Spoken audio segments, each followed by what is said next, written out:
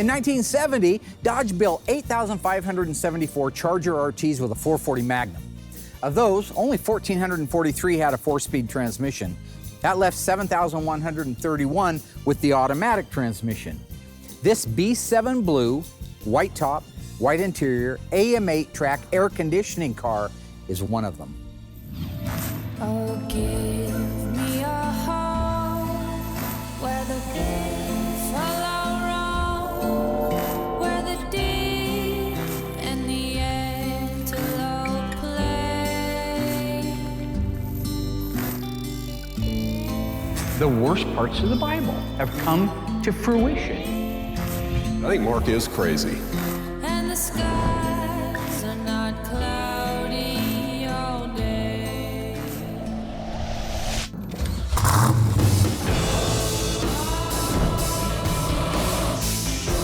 I just want to paint cars. Royal just taking another one for the team.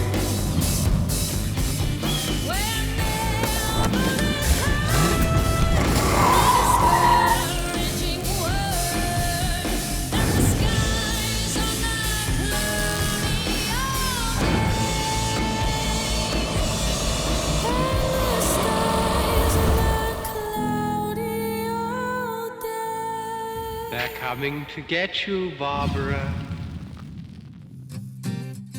My name is Mark Warman.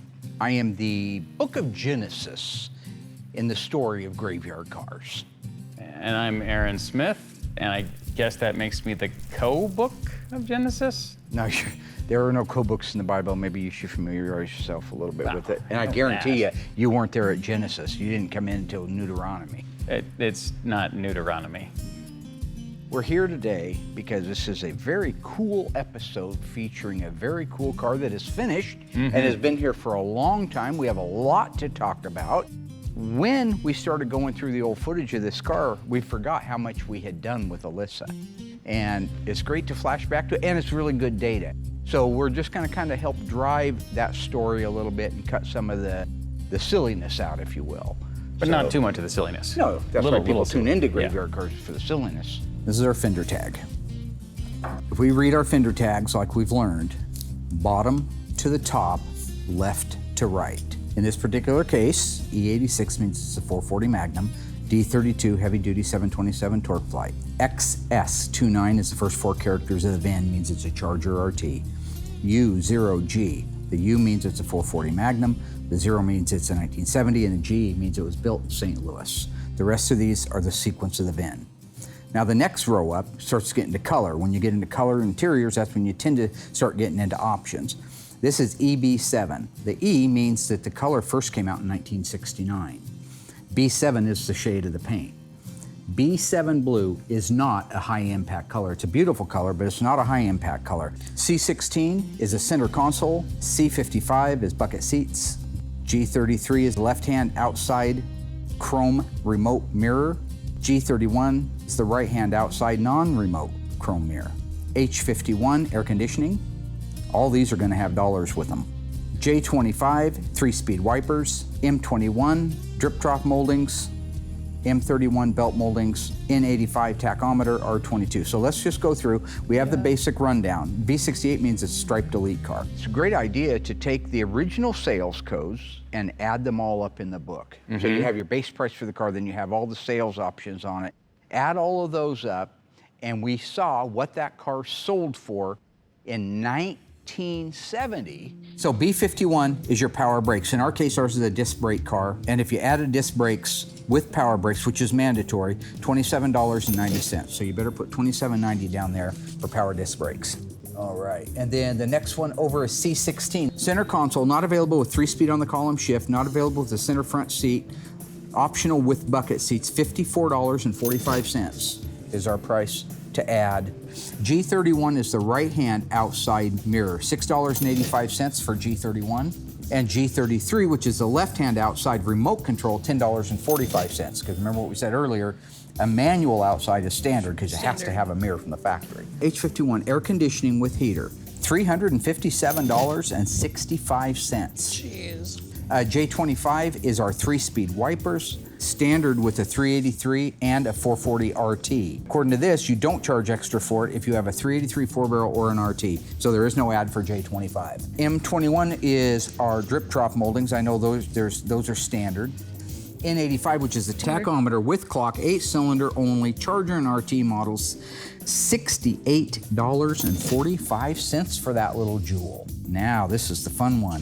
R22 AM 8-track, R22 AM stereo with tape, $196.25. That is a cool option right there. V68 means it's striped elite, 26-inch means 26-inch radiator, and end is the last shift of the day. So we're gonna run through and we're gonna add them up. What do we have for a grand total? Grand total, let's run her up. $4,433. $4,433 in 1970. Today, Yeah. you'd have to pay $28,987.82 to get that car. Alyssa and I did that probably in 2018, we guess. I think about. So it's 2024. Keep in mind that in today's world, that is $150,000 to a $200,000 car. Wow. Which would be, based on our math, a pretty good investment. Oh yeah, I would say so. I like watching the old footage, seeing the old employees. George. Curious George, I used to call him. Curious George. It's money. It's all nice and consistent. It's ready to weld. This is the original taillight panel, so there's a lot of little extra holes on it, and this is the original quarter. I'm gonna have to weld it in place instead of spot weld it in place this time, which a lot of people are gonna be like, oh, that doesn't look factory, there's only so much I can do.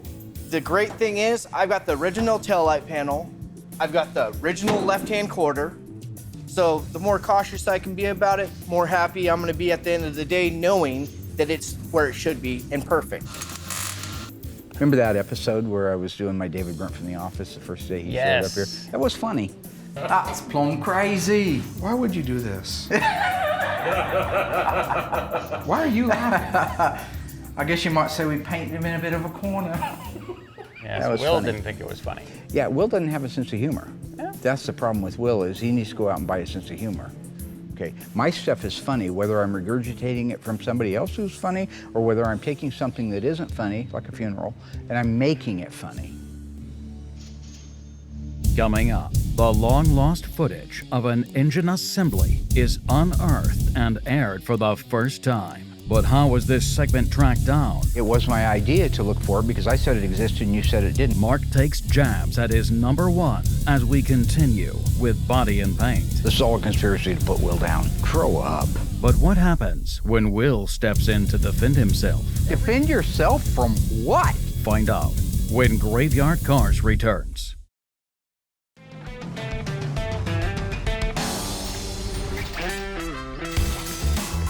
I'm assembling a pair of rocker shafts for this 440 HP2 engine that I'm working on.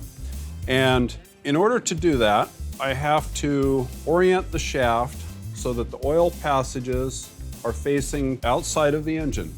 So I've got those set up just the way I want them. I've got my left and right shafts positioned the way I want them. And so I have to slide the rockers onto the shafts in pairs. And there's a left and a right. They angle away from each other. If you can see at the bottom, they angle away from each other to set over the top of the valves. In between each of the rockers is a ring that separates them from each other. Then we have different sized bolts, 3 short and 2 long. And the 2 longer bolts set over the oil passages that feed oil to the rocker shafts and the valve train. I will slide the rockers on, put the bolts in place. I'm gonna use some cam lube underneath these rockers to keep them lubricated. So that's basically what I'm working on right now. So I noticed right here that we're watching a little bit of footage I don't believe I've seen before. Where'd that come from? You are correct. We dug into the archives and found some stuff that we had You never... dug into the archives. Let's give and credit where it's due. thank But it was my idea to look for it because I said it existed and you said it didn't. So I you were didn't wrong. deny it. I just Poo, didn't. poo, I poo. just hadn't looked yet. Right. But okay. But anyway, we found it. We got it together. Our editors put it Yeah, together. you're done talking. Enjoy watching. Yeah. Okay, so now that I have the rocker shafts built out with all the rockers, I'm gonna go ahead and install the lifters into the lifter bores in the engine. And then I will put the push rods through the heads, and they will set in top of the hydraulic lifters.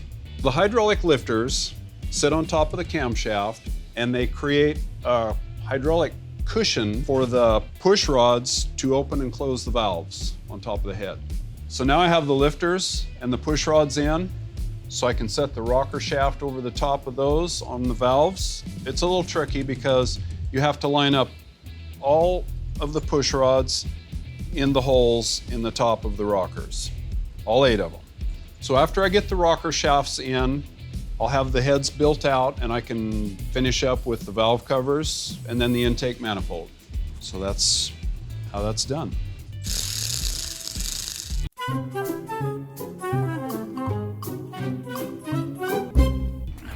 Everything looks like it's ready to go. Oh, he did do some here, it looks like.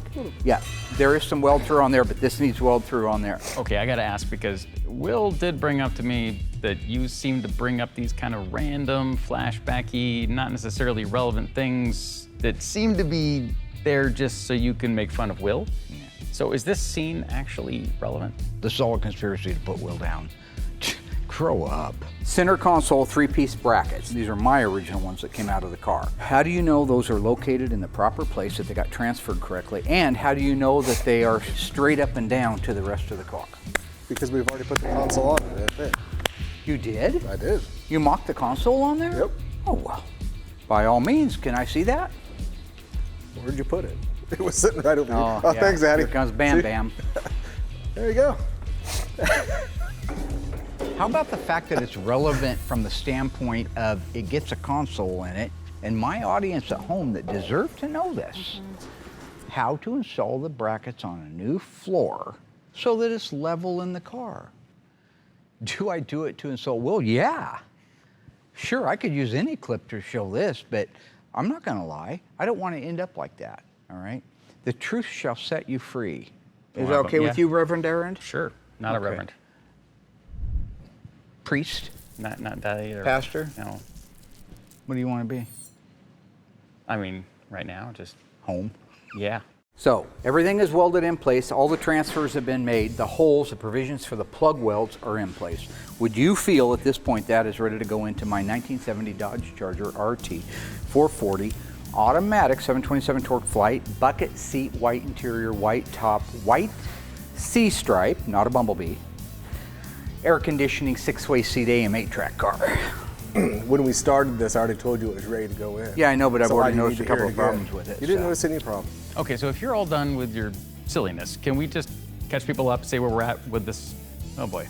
No, this is cool. This is cool. This is entirely unreal. Don Coscarelli's newest new book called Fiction, spelled with a PH. Yeah. So these are stories that are inspired by the Phantasm universe that he created. Yep. And so he's got, it is a series of like. Oh, what's that? That appears to be a signature from A Mr. hand-signed It does, copy? as though you were a friend of his. Yeah, well, you can't buy him, so I'm going to have to assume that I am a friend. Oh, Wow. I'll be reading this tonight when I get home, my friend. And a name drop and a book drop. Well, only because it was made out to me. I'm gonna have to talk to him about that. I want to say 2 ice tray next time. So. Yeah, get that request in now. And then he get boy. Is that hard on your ears? That was just loud.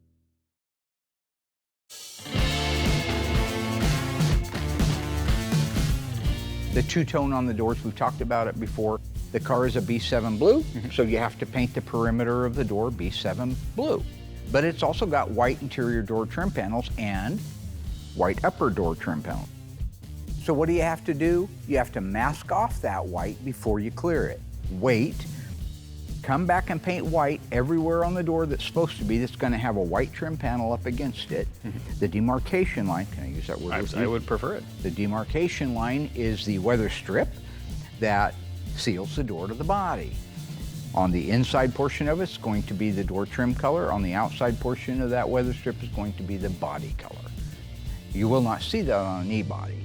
Regardless of the color combinations, the door jambs are the exact same color as the overall outside of the body. Okay, so now that we're done with all the nerdery, I hope, because, well, It's Kind of what I enjoy I, doing. I know you do, but I like this People at part. home I like think it's pretty impressive. I love to see the color go on, and especially this color. It's amazing. This is my favorite part. Yeah, you're basically everybody at a car show. You're that aimless guy that walks through the car show, sees a pretty car, goes, oh God, that's beautiful. Who painted it? It doesn't matter who painted it. It's who prepped it. Who did the engine build? Who did the transmission? Who rebuilt the suspension? Who made all the pieces right? Who put the upholstery on it?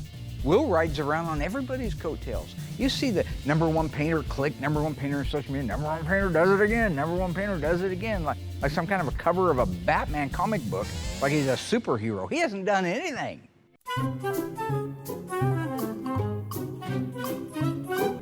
Why are you interrupting my scene? I'm here to defend myself. Defend yourself from what? From you, because every time you film about painting and I'm not involved in it, you take a shot at me. Did I take a shot? Well, I mean, I don't yeah, need a your second input ago. Yeah, on and that's it. why I'm here, to protect myself.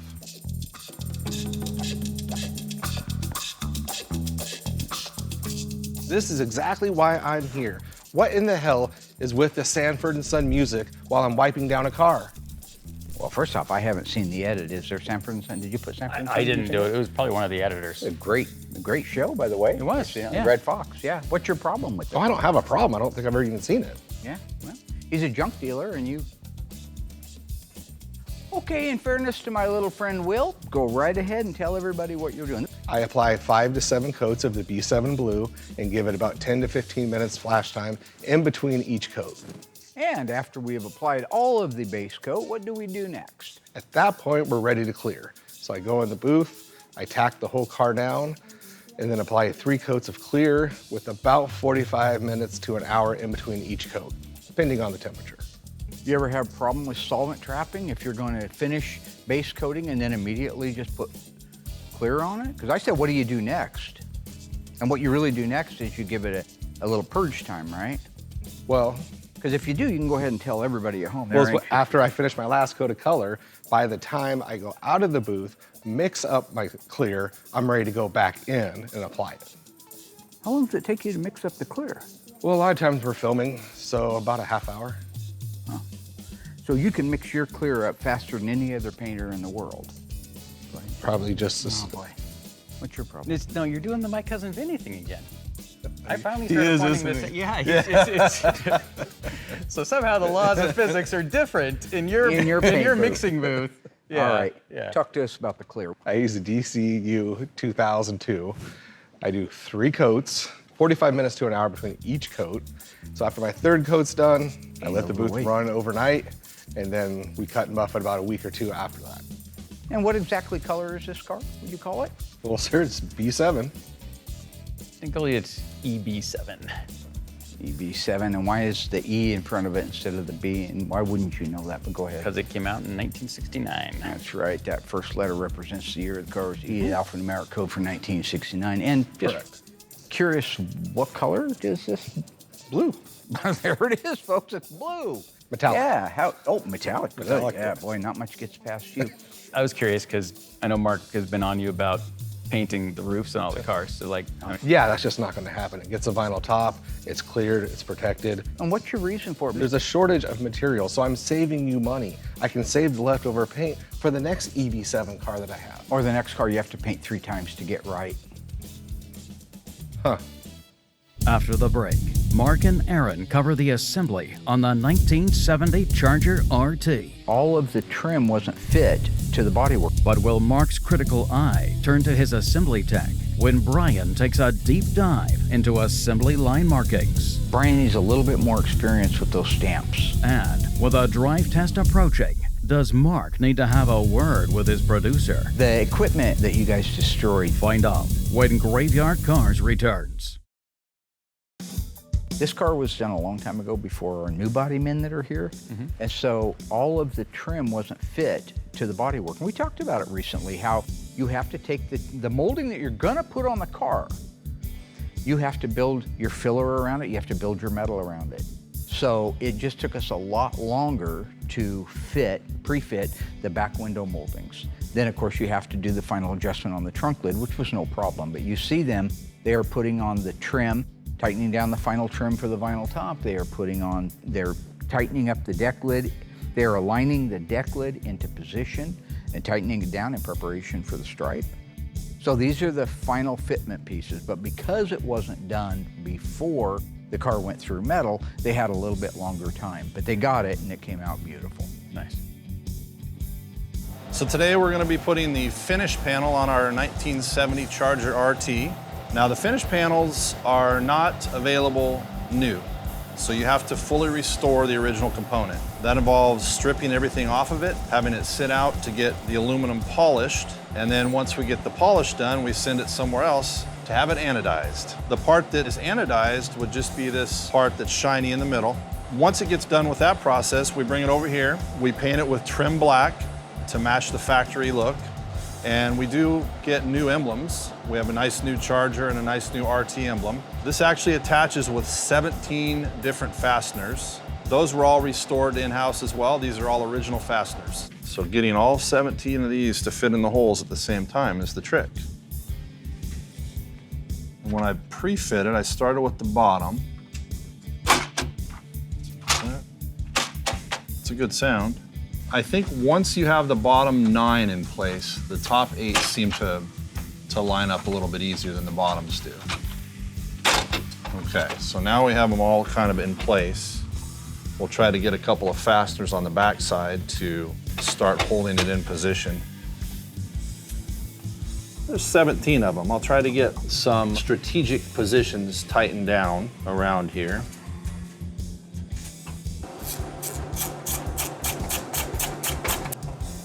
Once I get 3 or 4 of them tightened down, it'll help the process. I've also got to add a little bit of what's called strip caulk or caulking, or some people refer to it as dum-dum. It's a little sticky substance, and we can wrap that around the stud on the back side of this trim panel, and then we put our fastener on there, and that'll seal that hole off to prevent water from getting in the trunk. We used extremely long studs on these fasteners, and it takes all day to get one of the nuts in place. It's a good workout though. So at this point, I've got 3 fasteners started on the back side, tightened down. Everything else looks like it's gonna be in place just fine, so now I've just gotta go through and put 14 more pieces of caulking and 14 more nuts on, and we'll have our panel installed. So I'll see you in an hour. Some of them are hard to reach because you have to get underneath these taillight assemblies, and it's almost hard to see what you're doing. Sometimes you just climb in the trunk. That's the nice thing about these old cars. You can get a lot of bodies in the trunk.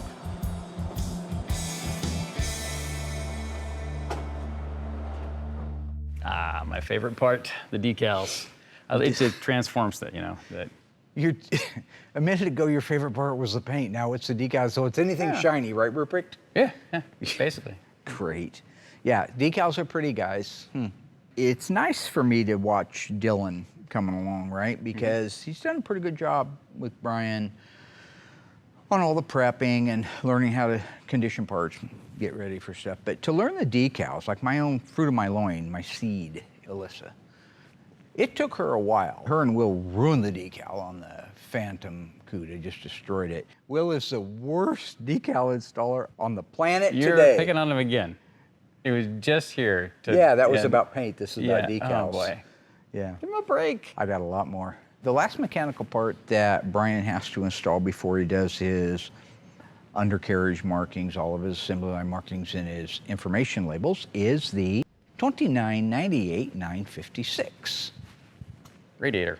Radiator. That is a correct radiator for all 440, 426 Hemi, 1970 E and B body. Bet you didn't know that, did you? I did not. The one you see him installing is a replica of the original, which is actually better than the original. It's a Glenray radiator, and I am not kidding. My job is to educate my audience, so I don't care if you think I'm plugging something. We buy these things. It is the most accurate example of a replica, I think, of anything. I mean, it is as good or better than the original one. So, and I would defy even the great Tony D'Agostino to set the two side by side and tell me the difference.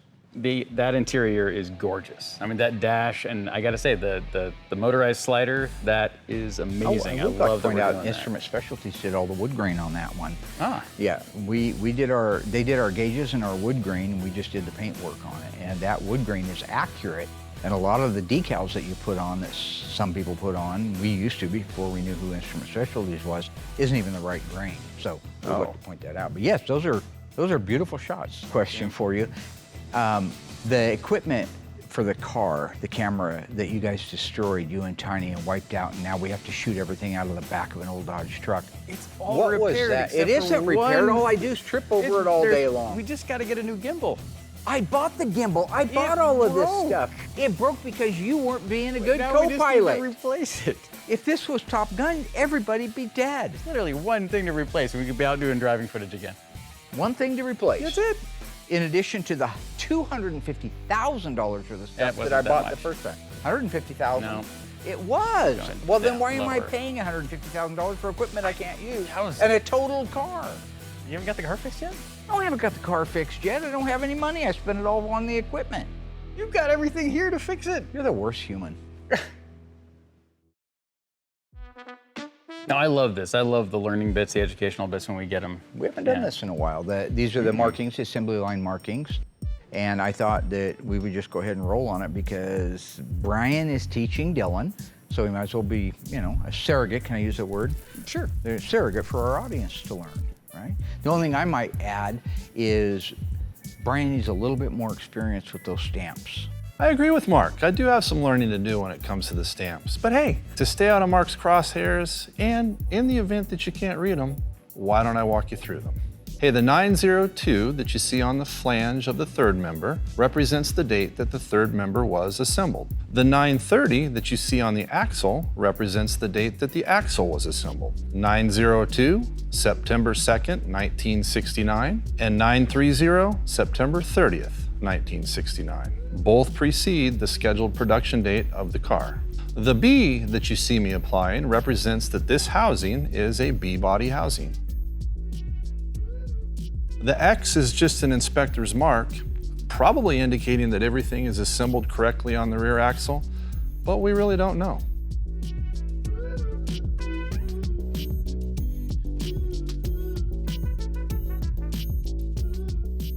Hey, the three black marks indicate that this is a 489 case with the 323 gears and the large yoke. The orange swipe means it's a sure grip.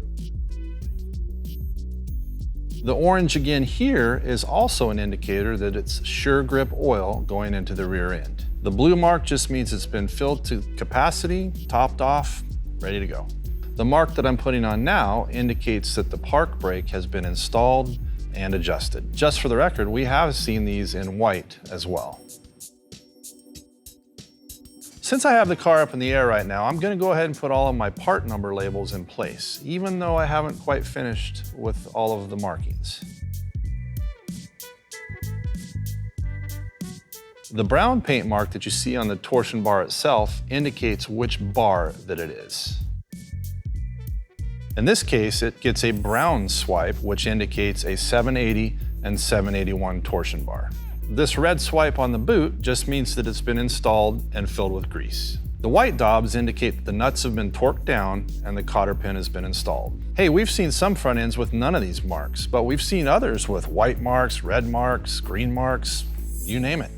I tend to do the colors that Mark can see easily. Hey, one of the things I enjoy the most is installing the information labels. This information label right here tells you how to manually open and close the headlight doors should the headlight motor fail. 1970 only, by the way. Hey, listen, most of these information labels are very self-explanatory, but just like with the paint marks, I'm gonna go ahead and walk you through them. So this label here, the ethylene glycol label, or antifreeze as we know it, this is installed on every car I've ever worked on here. Typically what you'll see is the date and day, well essentially the day that the antifreeze was actually added to the vehicle for the first time. This is a part number label for the positive battery cable. And this is the part number label for the negative battery cable. Just a side note, we've seen these in different locations on the cable over the years, but this is where the boss wants to see them. The emission decal that I'm installing now tells you a lot about the engine. It tells us what the ignition timing should be, the air to fuel mixture, and the base idle. The last few labels that I install under the hood are the main engine harness, the forward light harness, the air cleaner service decal, alternator inspector decal, and that is everything under the hood. So moving on to the body, we have the very important door VIN label. Oftentimes this will be painted over or is just plain missing. This is actually a really important label because oftentimes the DMV will look at it and nothing else. Tire pressure decal, engine starting instructions, locking ignition instruction sleeve. Now Mark has informed me that I've installed that upside down, and upon further review in the field, he got me on that one. I think he's right. The last thing that I do on the interior is the replica factory warranty card, which goes into the glove box. The trunk really doesn't have a lot in it. We have the jacking instructions, which also incorporates how to nail down your spare tire, how that thing installs in there, and the jack base instructions. And last but not least are the Scat Pack Bs. These came on all 1970 Dodge performance cars. It's just a little way to let everybody know you mean business. The air temp decal that you see me installing here on the right rear window also came on all cars with factory air, or H51 cars. And they always go on the right rear glass.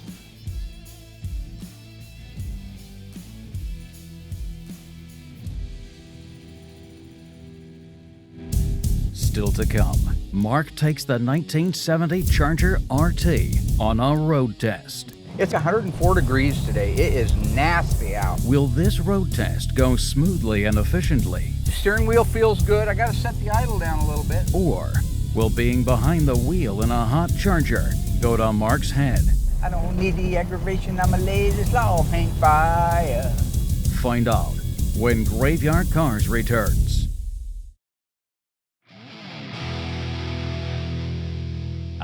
My favorite part of the build, ladies and gentlemen, the driving footage. The paint and the decals were your favorite. The driving footage used to be my favorite part before you guys destroyed Graveyard Carz and set us back a half a century. Now we, instead of a $300,000 piece of equipment to film our driving with, we have to shoot everything on a VHS camera from Kmart. No, we're using the same cameras. Okay, folks. Heading out on a road test in a 1970 Dodge Charger RT, my favorite of all favorites. And this one's a beauty.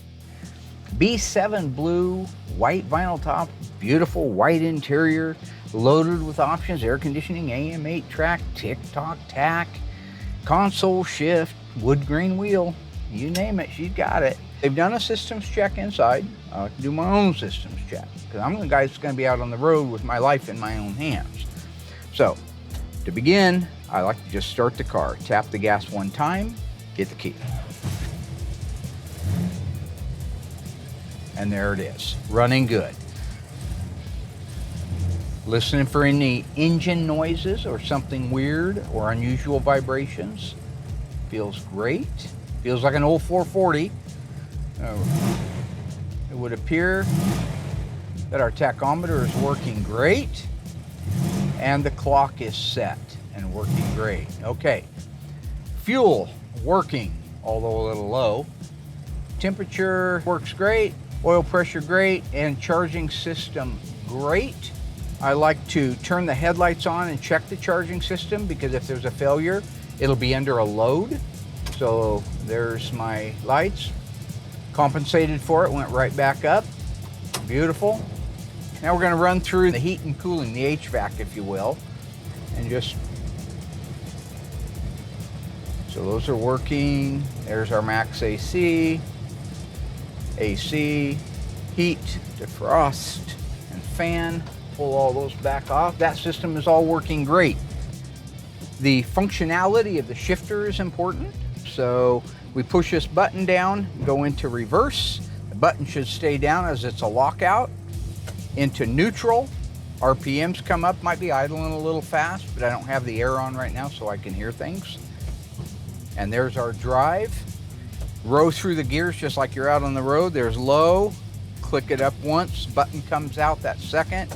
Click it up again, the button comes out, that's third. Now that brings back good memories. Oh, I was a shifting machine back in the day.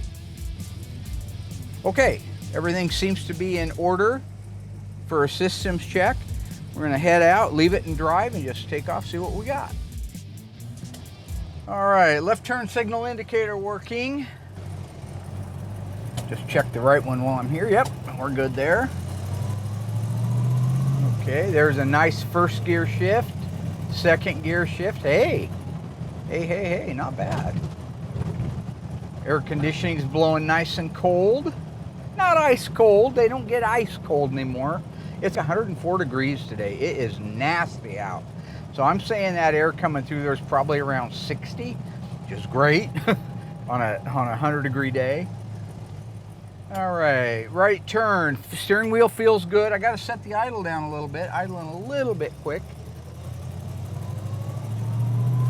I'm gonna row through these gears here. Yep, we got us a phone call coming in. Hey, I got a question for you. When I call you and it just rings and rings and rings and rings and then it just finally goes to voicemail, is that what that is? I don't want to talk to you. I don't mean that bad. The only reason you ever call is because you want more money to buy more equipment that you can destroy and I can't use on a road test. So all things being equal, I appreciate your interest and admire your enthusiasm. I think I'll be fine on my own. Name of the movie? Can we just watch the footage? All right, I'm gonna row through the gears starting out in low hole. That's low. Watch the click. There it is. And now we're in drive. Beautiful. All three gears and in order. Beautiful. Beautiful. Yeah, this track's pretty good. These old integral steerings, I've mentioned it before in other cars, they're a little on the sloppy side. Like Sloppy Joe's with Adam Sandler, remember that? Sloppy Joe, sloppy Joe. Chris Farley. That's good stuff. Let's try the kick down linkage. Hell yeah, what you gonna do, Mary? Hey, that runs good. That runs like an old 440 does.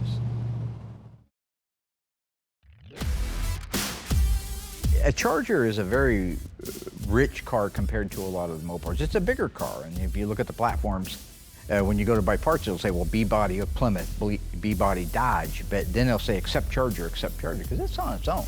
It's a luxury, it's a true version, I think, of a gentleman's luxury car versus a GTX, which I don't think is, unless it happens to be loaded with much stuff, that still drives like a Roadrunner.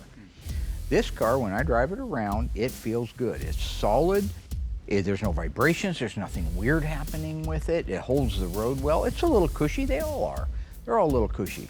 But for me, especially since I get to drive around my old stomping grounds, this is an absolute treat to be able to drive this car. Like a sneak preview for when your car is done. A sneak preview, because the next 70 Charger you see coming through here is a burnt orange, white top, burnt orange interior.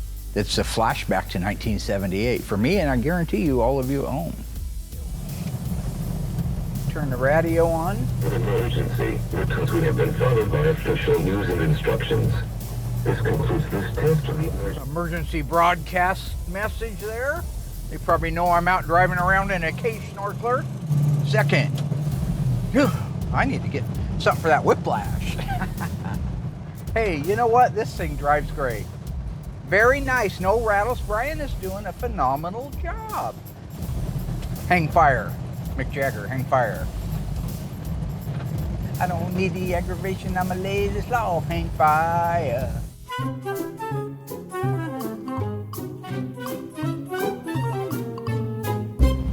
Or the Elmer Fudd version, fire.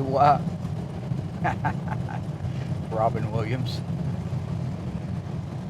All right, brakes feel nice. I got a good full pedal.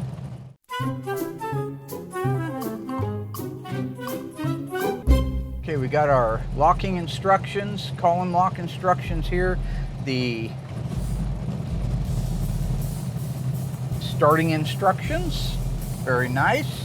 We just don't hang them on the turn signal right now because they'll blow off when the door comes open. Ashtray, check. cigarette later. Let's just push that bad boy in. Let's see if that bad boy's glowing. Oh, it's got the glow, baby. Gots to glow.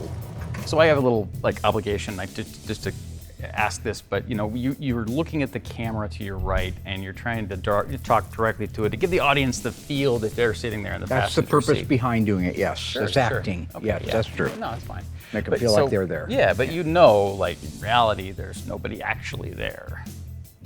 I'm going to do a radius check on the steering. Turns nicely in the road right here. You see me going around in cycles. Now what I got to make sure of is it has the same turning radius if I go the other direction.